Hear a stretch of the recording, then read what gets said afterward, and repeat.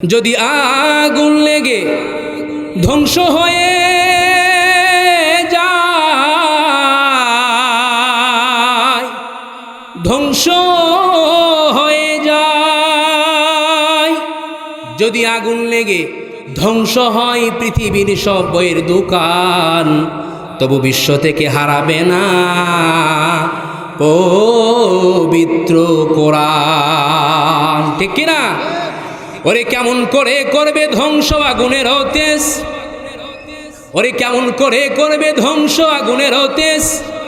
বিশ্বভরা লক্ষ লক্ষ কোরআনের হাফেজ, তারা আবার ছাপাবে আসমানি গ্রন্থ, তারা আবার ছাপাবে আসমানি গ্রন্থ, বাঁচাবে ইসলামের মান, তবু বিশ্ব থেকে হারাবে না পবিত্র কোরআন। ঠিক কিনা? বিশ্ব কবি কবি সম্রাট আল্লামা ইকবাল বলেছেন, সতে যা কা রহা হ্যায়,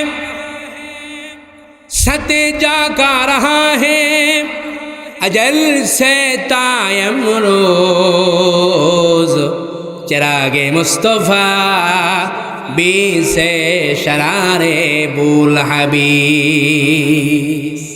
আবুল হাবের গোষ্ঠীরা সারা জীবন চেয়েছিল মুহাম্মদুর রাসূলুল্লাহ সাল্লাল্লাহু আলাইহি ওয়াসাল্লামের আনিত জারিত তাওহীদকে মক্কার মরুপ্রান্তে নিভিয়ে দেওয়ার জন্য। তারা কি পেরেছে? আসতে বলবেন না, তারা কি পেরেছে? প্রিয় ভাইরা, আজ তারাই কিন্তু দুনিয়া থেকে মিটিয়ে গিয়েছে। কথা বলেন ঠিক কিনা? এই জন্য কোরআনকে যারাই পড়াইতে আসবে, কোরআনকে যারাই দুনিয়ার জমিন থেকে শেষ করতে আসবে, তারাই কিন্তু দুনিয়ার জমিন থেকে নিশ্চিহ্ন হয়ে যাবে। কথা বলেন ঠিক কিনা? ফেরাউন বুঝেছিল আমার ভাইরা, বিশ্বনবী মুহাম্মদ আরবি সাল্লাল্লাহু আলাইহি ওয়াসাল্লামের যুবক একজন সাহাবী ছিলেন হযরতে মুসআব ইবনে উমাইর রাদিয়াল্লাহু তাআলা আনহু। আমার ভাইরা, কে না জানে মুসআবের কথা, কে না জানে? মক্কার জমিনের সব থেকে স্টাইলিশ মার্কা যুবক ছিলেন হযরতে মুসআব ইবনে উমাইর রাদিয়াল্লাহু তাআলা আনহু। আমার ভাইরা, মুসআব এতটাই স্টাইলিশ ছিলেন, সকালে যে জামাটা পরিধান করতেন আমার ভাইরা, দুপুরে সে জামাটার যারা পরিমাণ পরিধান করে নাই। এত সুঘ্রাণ ব্যবহার করতেন।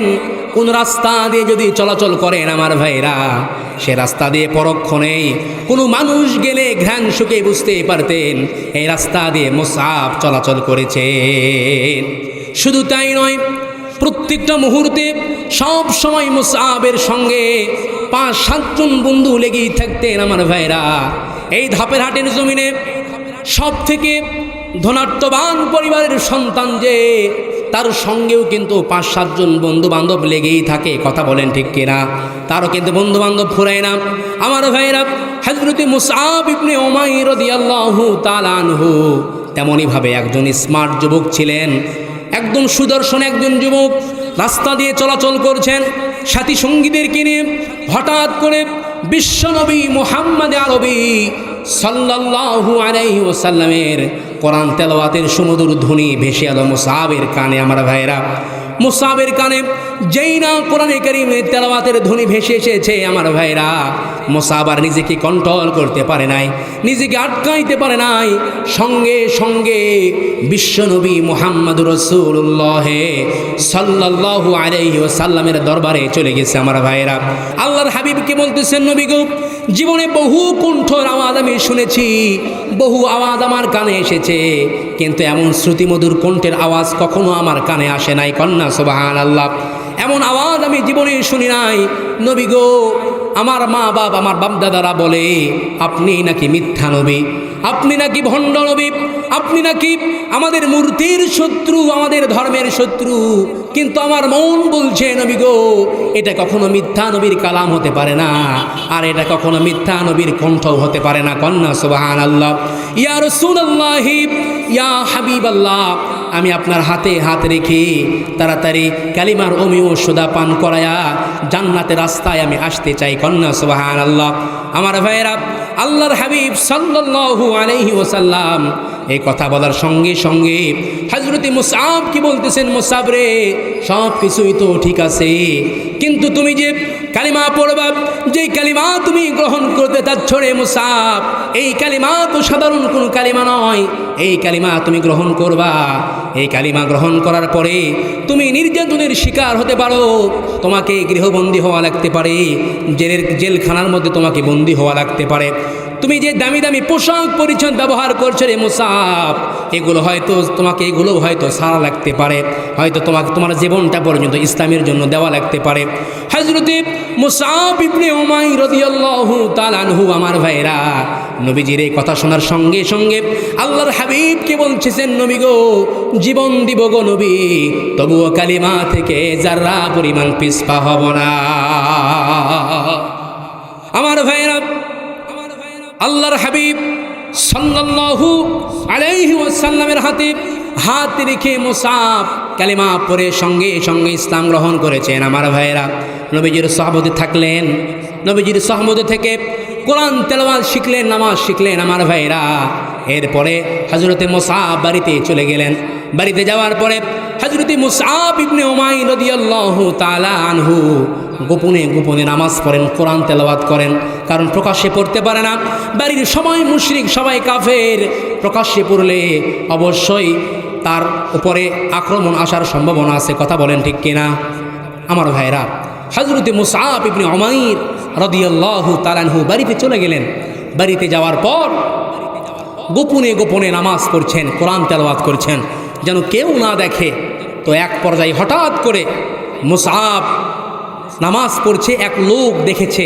দেখে সঙ্গে সঙ্গে মুসআবের মাকে বলেছে, মুসআবের মা, তোমার মুসআব তো ইসলাম গ্রহণ করেছে, তোমার মুসআব তো ইসলাম গ্রহণ করেছে। এই কথা শোনার সঙ্গে সঙ্গে মুসআবের মা অগ্নিশর্মা হয়ে, রাগান্বিত হয়ে, কাফের মুশরিকা একজন মহিলা সঙ্গে সঙ্গে মুসআবকে বলতেছেন, বাবা মুসআব, এদিকে আসো, শোনো, তুমি তো আমার কলিজার টুকরা সন্তান, তোমার বাবা নাই, কিন্তু শুনলাম তুমি নাকি ইসলাম ধর্ম গ্রহণ করেছ, তুমি নাকি ইসলাম বাপ দাদার 14 গোষ্ঠী ধর্মকে ফেলে দিয়ে ইসলাম গ্রহণ করেছ। এই কথা বলার সঙ্গে সঙ্গে হযরতে মুসআব ইবনে উমাইর রাদিয়াল্লাহু তাআলা আনহু, আমার ভাইরা, তার মাকে বলতেছেন, ও আমার মমতাময়ী মা, কলিজার টুকরা মা, আমি এই খেয়াল করেছি আপনাকে বিশ্বনবী মুহাম্মদ আরবি সাল্লাল্লাহু আলাইহি ওয়াসাল্লামের কাছে আপনাকে নিয়ে গিয়ে আপনাকেও কালিমার অমিয় সুধা পান করায়া ইসলামের সুশীতলে ছায়ার দিকে আমি আনবো, কন্যা সুবহানাল্লাহ।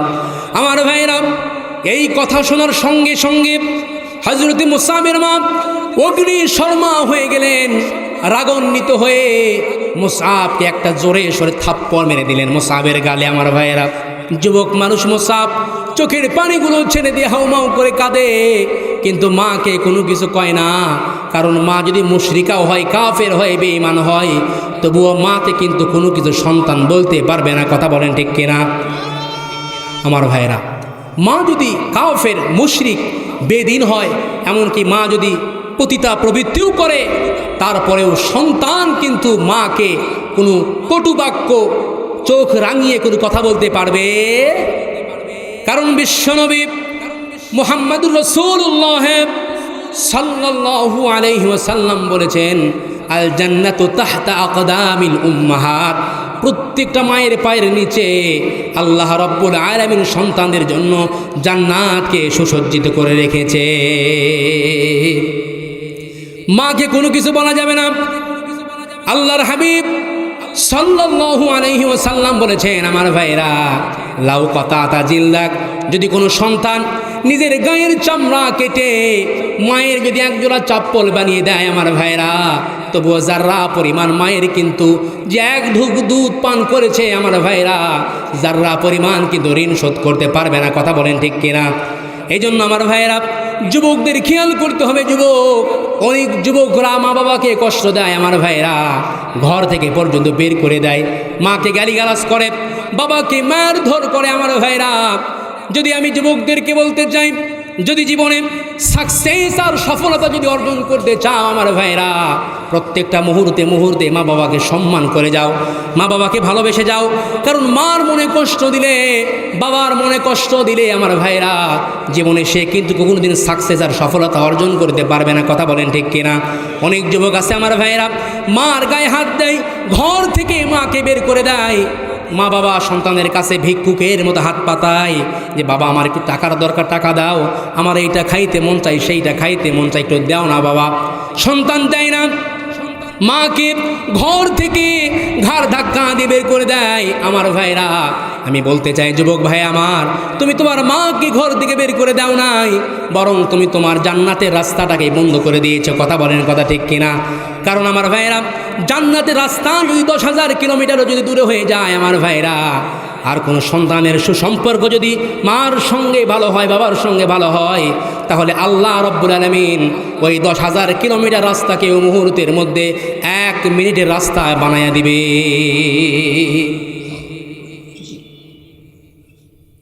এই জন্য আমার ভাইরা মা বাবাকে প্রত্যেকটা মুহূর্তে শ্রদ্ধা করতে হবে, ভালোবাসতে হবে। আমি নিজামুদ্দিন, আমার কোনো যোগ্যতা নাই প্রিয় ভাইরা, আমাকে চিনেন, আমি আপনাদের এলাকার সন্তান, আমার কোনো যোগ্যতা নাই, এলেম কালাম কোনো কিছু নাই। তবে আমার মন বলছে, আমার মন বলে আমি আমার বাপ মার সঙ্গে জিন্দিগিত কোনোদিন বেয়াদবি করি নাই, জীবনে কোনোদিন বেয়াদবি করি নাই। আমার মন বলে আমার মা বাবার দোয়ায় আজকে এই বাংলার আনাচে কানাচে বিভিন্ন জায়গাতে বিভিন্ন অঞ্চলে হয়তো আমার মা বাবা মাতা মুরব্বির দোয়ায় আল্লাহ পাক হয়তো আপনাদের সামনে যেমন কথা বলা তৌফিক দান করছেন, সারা বাংলার বিভিন্ন জেলায় অঞ্চলে অঞ্চলে অধমকে, এই নাখাস্তা নালায়েক অযোগ্য মানুষ আমি একজন, আমাকে মা বাবার দোয়ায় হয়তো বা আল্লাহ পাক আমাকে বিভিন্ন জায়গাতে নিয়ে যায়। কন্যা সুবহানাল্লাহ। এজন্য আসেন নিজের মাকে শ্রদ্ধা করেন, মাকে সম্মান করেন। কারণ মা বাবাকে ভালোবাসা ছাড়া আজ মা বাবাকে লাথি মেরে ঘর থেকে বের করে দিয়ে সন্তান বিভিন্ন রকম পীরের দরবারে যায়, আছে না নাই? কথা বলেন। তামাম দুনিয়ার সমস্ত পীর, সমস্ত হুজুর, সমস্ত আলেম ওলামারা যদি এক গ্লাসে পানিতে ফু দেয়, ফু দিয়ে যদি ফু দেয় প্রিয় ভাইয়ের আমার, তাদের ফু যদি খায়া যে আপনার সন্তানকে খাওয়াবে, আর মা বাবা যদি একটা গ্লাসের মধ্যে ফু দিয়ে সন্তানকে দেয়, তাহলে ওই এক গ্লাস মুহূর্তের মধ্যে আল্লাহর কাছে যিনি কবুল করবেন তিনি আল্লাহর কাছে কবুল সঙ্গে সঙ্গে হয়ে যাবেন। কন্যা সুবহানাল্লাহ। এই জন্য মাকে মহাব্বত করতে হবে, শ্রদ্ধা করতে হবে, ভালোবাসতে হবে প্রিয় ভাইয়ের আমার। মায়ের এক ঢোক দুধ আমরা পান করেছি, এর ঋণ কোনোদিন শোধ করতে পারবো? মায়ের এক দার দুধের দাম কাটিয়া গায়ের চাম, মায়ের এক ধার দুধের দাম কাটিয়া গায়ের চাম, পাপুষ বানাইলে ঋণের সুদ হবে না, এমন দরদি হবে কেউ হবে না আমার মাগো,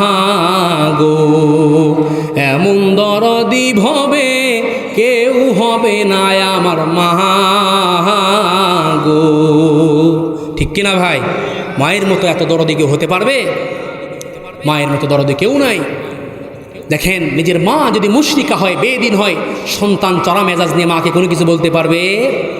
হযরত আবু হুরায়রা রাদিয়াল্লাহু তাআলা আনহু, আমার ভাইরা, হযরত আবু হুরায়রা রাদিয়াল্লাহু তাআলা আনহু বিশ্বনবীর দরবারে একদা হাউমাউ করে কান্নাকাটি করতেছেন।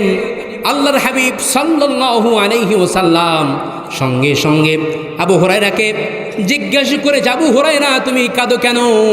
আবু হুরায়রা বলতেছেন, ইয়া রাসূলুল্লাহ, ইয়া হাবিবাল্লাহ, নবী গো, আমার মা আমাকে প্রহার করেছে, আমার মা আমাকে মেরেছে, আমার মা আমাকে প্রহার করেছে, তাই আমি কান্নাকাটি করতেছি।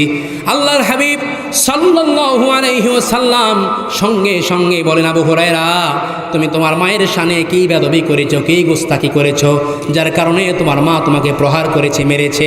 আমার ভাইয়েরা, হযরতে আবু হুরায়রা রাদিয়াল্লাহু তাআলা আনহু সঙ্গে সঙ্গে বলেন, ইয়া রাসূলুল্লাহ, ইয়া হাবিবাল্লাহ, নবী গো, আমি আমার মায়ের শানে কোনো বেয়াদবি করি নাই।